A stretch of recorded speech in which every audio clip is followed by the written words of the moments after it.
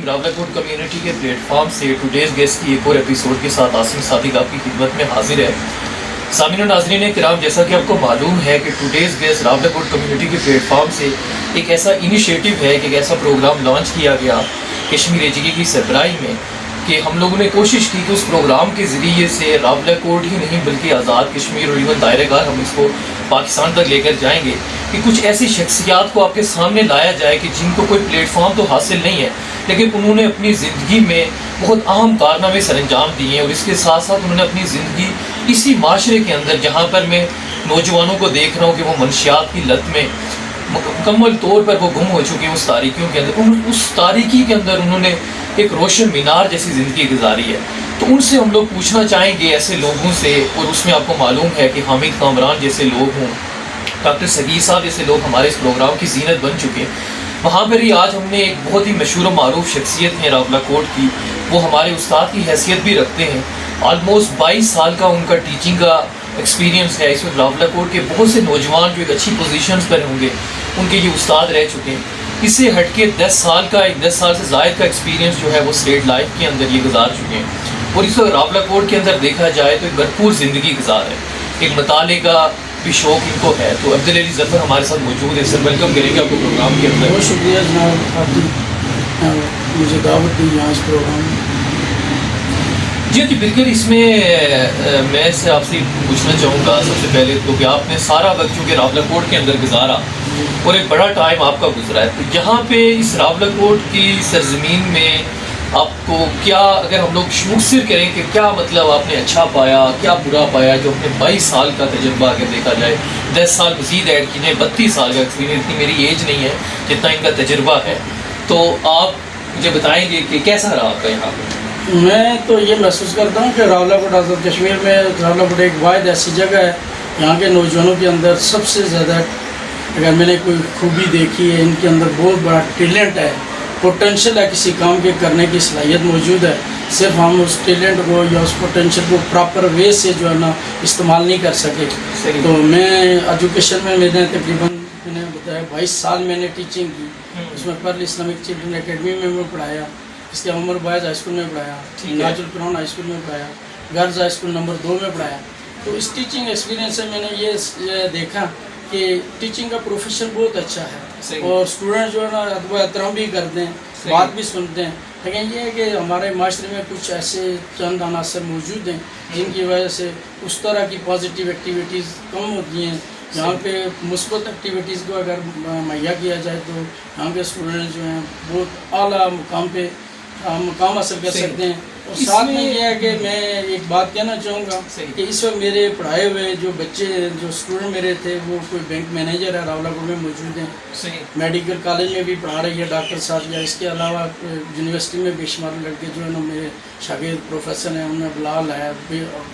کامران عباس ہے، اس طرح بے شمار اسٹوڈنٹ میرے موجود ہیں سر۔ یہ اگر آپ نے کوئی اور بات کرنی ہو۔ جی اس میں سے میں یہ پوچھنا چاہوں گا، اصل میں باقی چیزیں تو دیکھیں کیریئر کے حوالے سے پوچھا جائے کہ کون سا کیریئر بہتر ہے، اس کے حوالے سے بہت سی ویڈیوز موجود ہیں، لیکن آج جو میں سمجھ رہا ہوں کہ نوجوانوں کے جو 2 اہم مسئلے ہیں وہ ایز اے ٹیچر ان کو کس نگاہ سے دیکھتا ہے اور اس کا حل بھی آپ تجویز کریں گے۔ ایک تو ہمارے نوجوان جو منشیات کی طرف جا رہے ہیں، اگر میں دیکھا جائے، میں اگر یہ کہوں کہ ہمارا یونیورسٹی کا اسٹوڈنٹ منشیات میں نہیں جا رہا، تو میں یہاں سے اس پلیٹ فارم سے یہ کہہ دوں کہ آپ لوگ ایجوکیشن حاصل کریں تاکہ آپ منشیات کی لت سے بچیں، لیکن وہ نہیں ہو سکا۔ دوسری طرف اگر کہا جائے کہ اب اسپورٹس مین بن جائے تو ہمارے اسپورٹس مین بہت زیادہ منشیات میں شامل ہیں، تو صرف یہ وجہ کیا ہے، کیوں ہم لوگ اس دلدل میں پھنس گئے، جبکہ ہمارا مشن تو ابھی وہ کشمیر کی آزادی اور دیگر معاملات کو اس نوجوان نسل نے سنبھالنا ہے؟ اس میں بنیادی وجہ یہ ہے کہ پاکستان میں تو بے شمار لائبریریز موجود ہیں، میرا خیال میں راولاکوٹ میں ایک بھی پبلک لائبریری موجود نہیں ہے اس وقت، اور اگر کوئی موجود بھی ہے فرض کریں وہاں سائیکلی میں ایک لائبریری ہے، اس میں اس طرح کا اپڈیٹ نالج موجود نہیں ہے، یعنی بکس موجود نہیں ہیں۔ یہاں لائبریری اور پھر مثبت ایکٹیویٹیز میں اگر اسٹوڈنٹ کو لایا جائے تو اس نشیات سے جو ہے نا چھٹکارا پایا جا سکتا ہے، یہ ایزی وے۔ اور کھیل کے میدان میں بھی بچوں کو پراپرلی جو ہے نا والدین بھی جو ہے نا وہ ٹائم دیں، ایک ان کا مخصوص وقت ہونا چاہیے، عصر سے مغرب تک کوئی تعلیم نہیں حاصل کرنی چاہیے۔ اگر آپ کوئی تعلیمی سرگرمی کریں گے تو ذہن جو ہے نا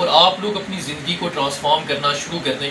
کیونکہ ہم لوگ جہاں پہ دیکھ رہے ہیں کہ لٹریسی ریٹ وہ آسمان کو چھو رہا ہے، لیکن اس سے ہٹ کے ہمارے ہاں تربیت کا یہ عالم ہے کہ بچے کو جس کو کھیل سے روکا گیا اس نے پھندا لگا کے اپنی جان کی بازی ہار گیا. تو ہم نے ایسے معاشرے کو پروان نہیں چڑھانا، بلکہ ایک مضبوط اور ایک جو ہے ہیلدی معاشرے کو پروان چڑھانے کی ہم نے کوشش کرنی ہے، تگودو کرنی ہے. اسی سلسلے میں راولہ کوٹ کمیونٹی کا یہ پروگرام جاری و ساری رہے گا. اپنے ہوسٹ عاصم صادقی کو اجازت دیجیے گا. اللہ حافظ. بہت شکریہ.